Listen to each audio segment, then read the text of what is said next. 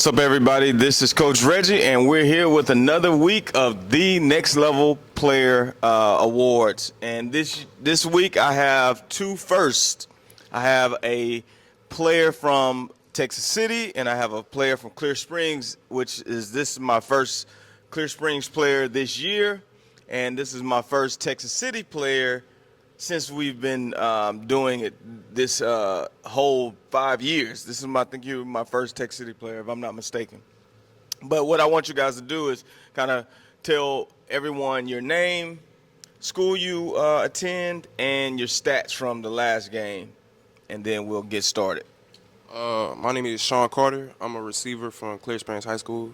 And, last game against Clear Falls, I had 166 receiving yards, 258 all-purpose yards, and 3 touchdowns off of 8 receptions.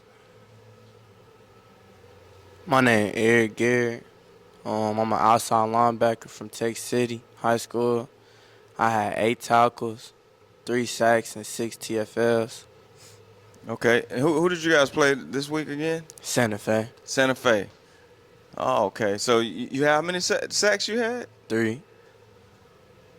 Oh, the quarterback was from our 7-on-7 team, so I'm going to have to talk to him about getting sacked that much. You got to get the ball out faster. Yeah. All right, so I want to congratulate you guys to start with. You had big performances. We created this program so we can not only give you guys the acknowledgement that we feel like you guys deserve, but also give you your voice and get you in front of the camera, and so you can tell everyone, how you went about these big performances, and so we can get more players from your schools to acknowledge the hard work that they're putting in. So I'll get started with our first question to me, and then we'll pass the mic on.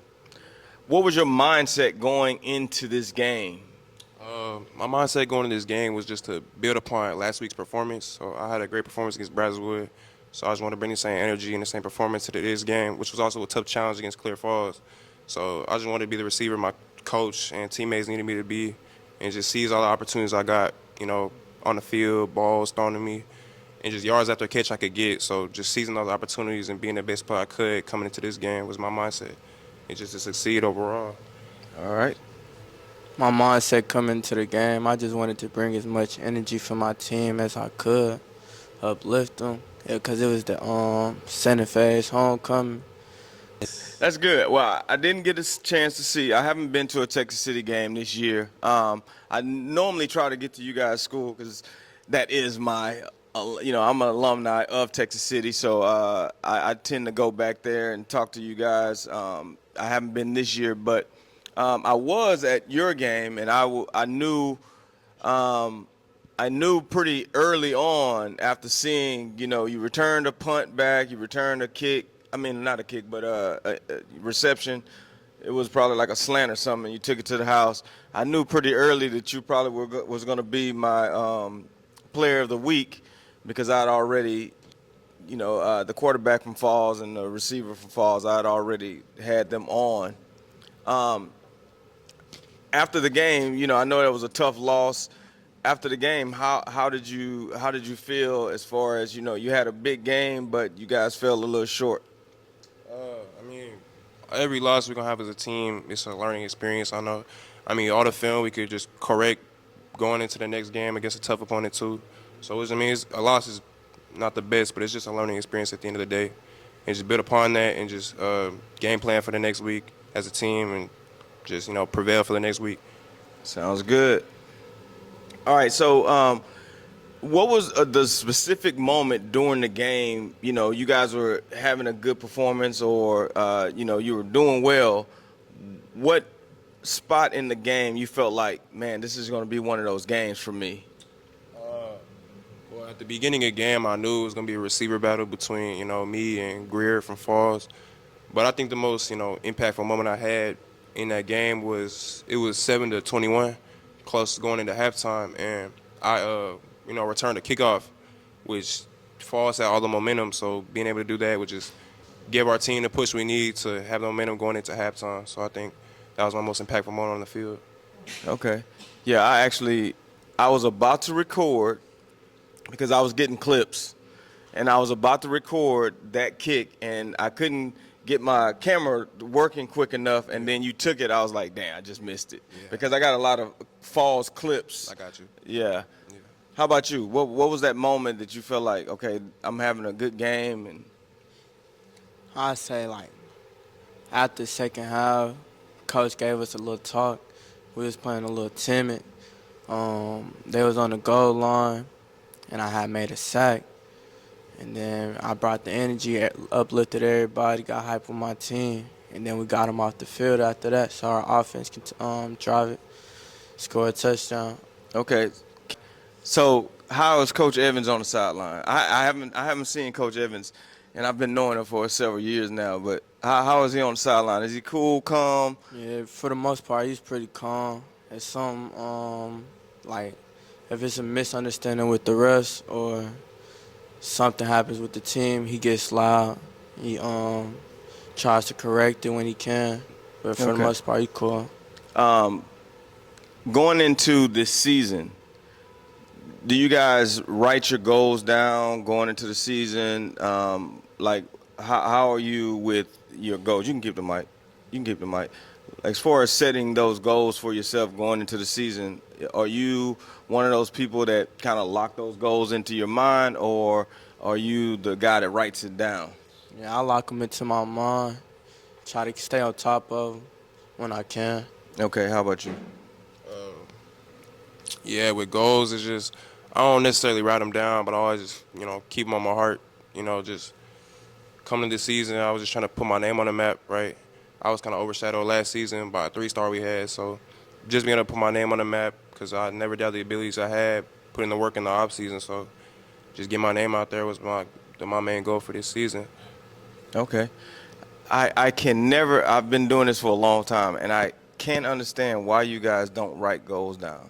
I had this conversation last week, and I made the analogy, like when you get in your car and you are going, I don't know if you guys drive yet, but let's say you're going out of state and you've never been there before. You don't just get in your car and start driving. You kind of map it out. You use GPS or something, right? Yeah. And so it's just like that in sports. It's like if you have goals, you got to write that roadmap that keeps you going so you can have direction. Yeah. So you guys got to, I always give that as advice because for the most part, every guy that sits here, I've had several that write their goals down, but for the most part, y'all don't. And, going back to my career, my senior year was the first time that I actually started writing goals. I went through a little adversity my junior year. I had always started. Junior year, I transferred to another school, and the coach had other plans. I didn't like the plans because I wasn't included in it, and it really made me sit down and focus on myself, my game, what could I do better, and so that's why I started writing goals down, and at the end of it, I accomplished all of those goals, and it just changed my whole perception of what to do for myself to make me the player that I want to be. So I would always encourage you guys to write your goals down, get that roadmap for the journey that you're on. You know what I mean? Because everybody's trying to accomplish, everybody's working out, everybody's doing those things. No doubt. You see what I'm saying? Yes, sir. All right. All right, so the next question. How do you guys balance your academics and your athletic, at school? Like, how do you guys balance all the practice and still get the grades and all of those things? I balance academics through just being active in the classroom, building relationships with your teachers. I believe that's most important because building a great relationship with teachers will allow you to just work hard in the classroom, have leniency with your teachers. So building relationships is important. And it's just time management and knowing you have to sacrifice, outside things that you might want to do, but to succeed in the classroom and on the field, you just got to make those sacrifices. So I think that's important. For sure. I balance it by if I can, I finish my work in class when I get the time. If I don't finish it, I'll probably take a couple minutes out my night, finish it while I'm on the phone or something. So do you prioritize academics the same way you prioritize athletics? Yes, sir. So what is it? You putting in extra time? Yeah, extra time in academics. My people make sure of that. Okay, that's good. That's good. Because at the end of the day, without the academics, you can't go to college anyway, right? Yeah. So that's very important. I think you both, if you get the opportunity to play in college, you're going to realize that's a huge part of it. And the parents are not there to tell you when to go to class. So, that time management piece is going to be very important for sure. All right. So, throughout this journey, both of you guys are seniors, and you going through this athletic journey. Who's been your biggest supporter in this journey? I'd probably have to say my stepdad and my mom.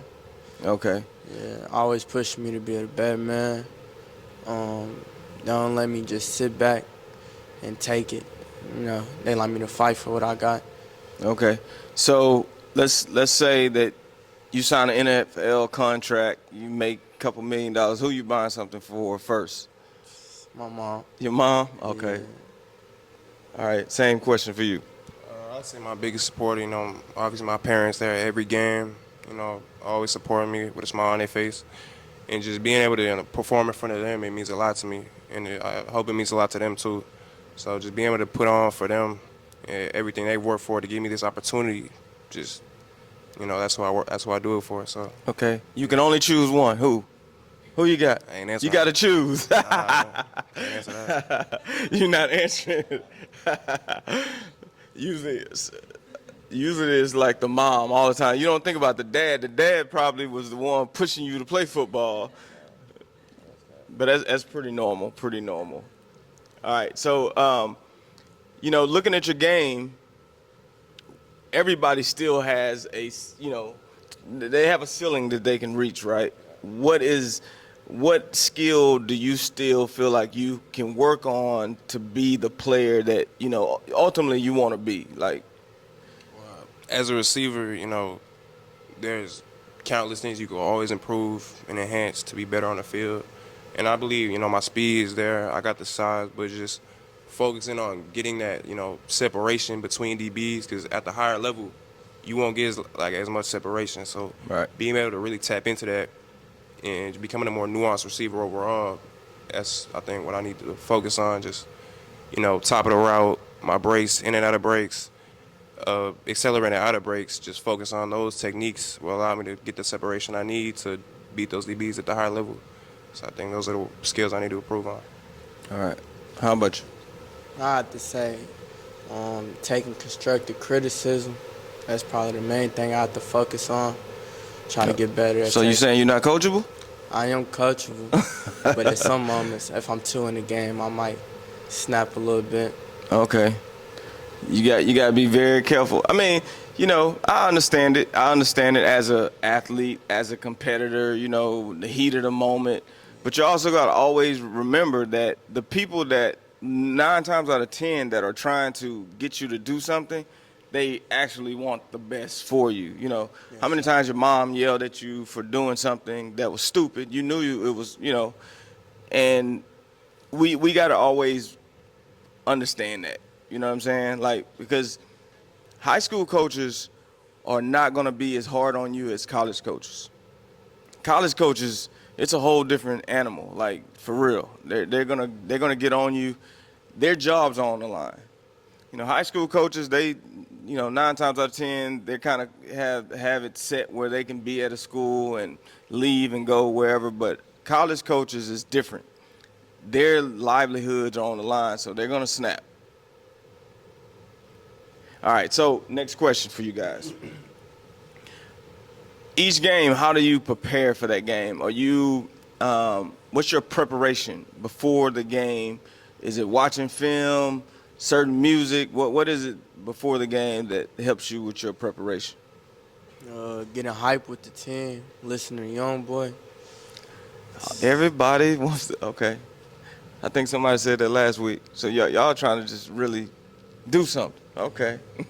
I think that just preparation is key. So being the most prepared, whether it's watching film, taking care of your body, practicing right, that's all important and before the game, So being able to focus on that, I believe is like most important to just get my mind right before the game and give you the advantage over the team you're playing. The more team that's prepared will have the advantage on the field. So I just think that's the most important. Okay, so what's in your headset? What music? What you listening to? My music all over the place, but mostly I like Janae Eco. So we listen to her for the game. Oh, so you mellow? Yeah, come on, mind. See, so. this man trying to bust somebody's head open, and you all mellow. Okay. It's funny. Like the last week, I think they said young boy too. All right. How do you guys handle? You had a big game. How do you handle that pressure? Like every week, because you know it's about consistency, right? Yeah. Like so every week, they're expecting you to show up. How do you handle that pressure? Like I said, it's just preparation, but it's also mostly keeping your mind calm during the game because every game is going to be highs and lows, and you can't control that sometimes. So just focus on your assignment and your, task as a player on a team is very important, and it allows your team to succeed overall too. Yeah, I think I have to say, probably just not thinking about it too much, keeping your mind on the game and just doing your job only. Don't focus on other people's job. That's good. I think that's the biggest. The mental aspect of sports is by far the most critical, because you're gonna have ups and downs, and you put too much pressure on yourself. Well, now you're tense. You can't make plays, and the plays are coming to you, but you just can't make them because you're so tense. So that I think watching film, understanding what the other team is trying to do, those things that make you, with your preparation, I think those are things that helps you handle pressure a lot better. Because, I forgot who I was talking to, but a lot of times high school guys don't really know this stuff, and I don't know if your coaches are having those conversations with you all, like on a weekly basis. Because when a recruiter is looking at you guys and they're trying to recruit you, they're looking at consistency. Like every week, they're watching film. Are you consistent? Like how many mistakes do you make? All of those little things that they put together to give you a scorecard to figure out, is this a player that we can take a chance on? You know what I mean? So that definitely is big. So, having these big games, hopefully, some coach sees this and goes and reviews your footage and sees your entire body of work. As of now, any offers, any schools that are looking? Houston Christian University, but it's for academics. Okay. No offers right now, but interest in SFA. So, yeah. Okay, so let's just say that a coach is going to see this. Explain to a coach that would see you, explain what type of player and what type of person he will be receiving if he took that chance on you. Just a player who pays attention to the little things, the details, always prepared, always the most coachable, and, just a well-rounded athlete overall, as well as a great teammate. So I think it's important to be a good teammate, uplift the people you're around, your peers, your acquaintances. So just that. And I mean, as a person, good character, being kind too, and, just being a good person overall is most important. And I think if a coach were to see that, I'd be a great fit for their program. So. Okay. Me, I have to say staying coachable and just bringing the energy. No matter what's happening, what's going on, I'm just stay with the energy. Uplift the team no matter what. So I think leadership is huge. What type of leader are you? Are you a vocal leader, or are you more, I'm not vocal, but I'm going to show you on the field? Like, what type of leader are you? I'm going to show you on the field. Once my team sees me, or we see each other getting happy, like excited and stuff, making big plays, then we all rally and just join them. Okay. What type of leader are you? Type of leader, just a player that not only holds myself accountable, but my teammates as well. But at the same time, uplifting my teammates at any moment they succeed or excel on a play. So to allow that team morale to be high, and then just keep the team accountable for every action they make, every play they make. And I think just that allows me to be a strong leader for the team that my coaches need and my teammates need every week. So, that's about it. Okay. So if your best friend on the team does some questionable stuff outside of the locker room, are you correcting that behavior, or are you just going to let it slide because that's your boy? I think as his friend, you should. A real friend would correct him, to allow him to be a better man, be a better person. So I think a real friend would correct him instead of just let it slide. Because if you let it slide, he'll keep doing it again. So, Good answer. How about you? Like he said, if he is your friend, then you should correct him. You know what I'm saying? All right. Those are good answers, definitely. So, we're talking about college. What's your favorite college? If all the planets aligned and you could get the offer of your dreams, who was that with? Florida Gators. Florida? Okay. SEC? All right. Even though everybody's trying to come in the SEC now, but UT and all the other boys. I would have to say Florida State because it's my parents' alma mater. So, Okay. if Okay. everything went well, I'd let her go to Florida State. So y'all will be playing against each other. Yeah. All right. All right. Even though SEC, best football, still, even with this portal, SEC. So, this is one of my other questions for you guys. If you could go back in time, both of you are seniors, so that's good. If you can go back to Little League football and talk to yourself right now and tell your younger self something positive, what would that be? I would tell my younger self just always have conviction and like a drive in everything you do. Have a reason for why you play, because if you don't have a reason, it'll be hard, push through those ups and downs that you'll face all throughout football that are inevitable almost. So just have conviction and most importantly, stay humble, because no matter how great of an athlete you are or how sound of a player you are, it can always be taken away. God can take that ability away at any moment. So just be humble and be a good person. Yes, sir. That's what I would tell my younger self. I tell my younger self, staying hungry and motivated. Even if you got the skill, just keep putting in the work.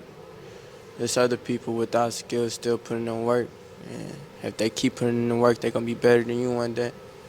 Most definitely. All right. If in the perfect scenario, what NFL team drafts you?